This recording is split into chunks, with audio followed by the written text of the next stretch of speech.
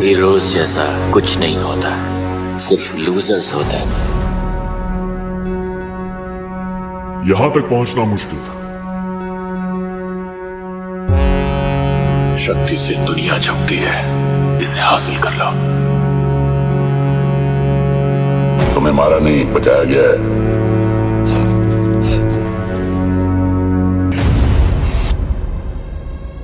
क्रिश के सपने और डायरी का सच। क्या है डायरी का राज? क्यों परेशान है कृष्णा? क्यों डरा रहे हैं कृष्णा को उसके सपने?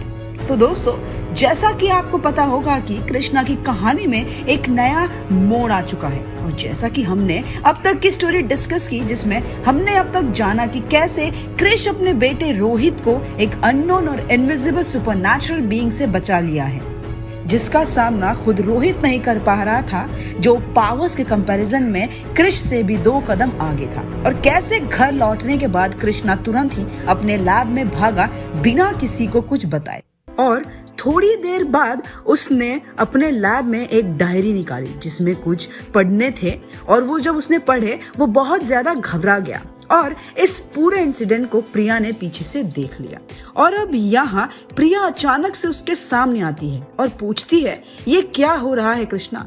रोहित इतनी बुरी तरह घायल है, तुम भी बिना उसे देखे लैब में आ गए, और ये कैसी डायरी है? वो और कुछ पूछ पाती इससे पहले रोहित जोर से डायरी को टेबल पर पटक देता है और अपने सिर पर दोनों हाथ रख कर बैठ जाता है। वो अपनी दोनों आंखें बंद कर लेता है और अच्छी खासी टेंशन में दिख रहा होता है, जिसे देखकर प्रिया भी समझ जाती है कि उसे कोई चीज परेशान कर रही है। अब यहाँ प्रिया उसके कंधे पर हाथ रखती है और उसके सामने बैठ जाती है, और बिना कुछ बोले ही उसे उसके मन की बात पूछने लगती है। कृष्णा समझ जाता है कि उसकी परेशानी की वजह से प्रिया भी परेशान हो रही है। वो प्रिया के हाथ पर हाथ रखता है और कहता है, मुझे कुछ समझ नहीं आ रहा प्रिया, मैंने कभी सोचा नहीं था कि ये सब सच होगा।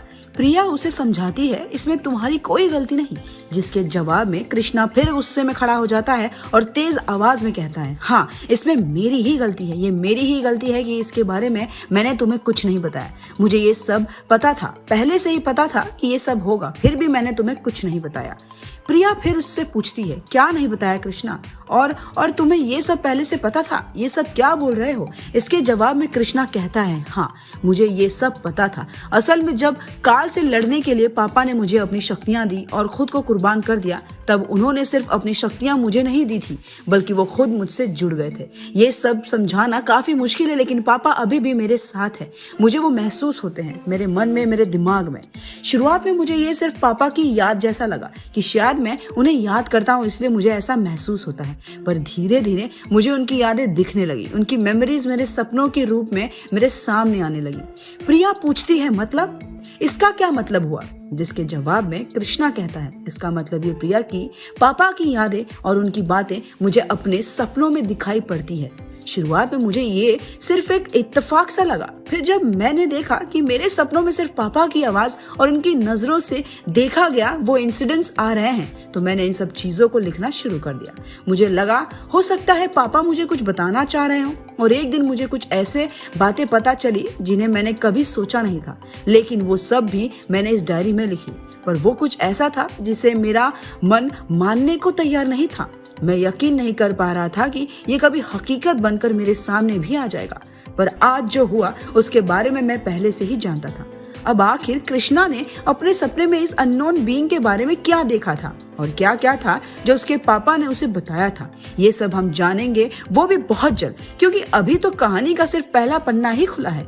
अभी तो कई नए राज सामने आने बाकी है। तो बने रहिए हमारे साथ इस सीरीज में, और हम आपसे मिलेंगे बहुत जल्द इसके नेक्स्ट पार्ट को लेकर।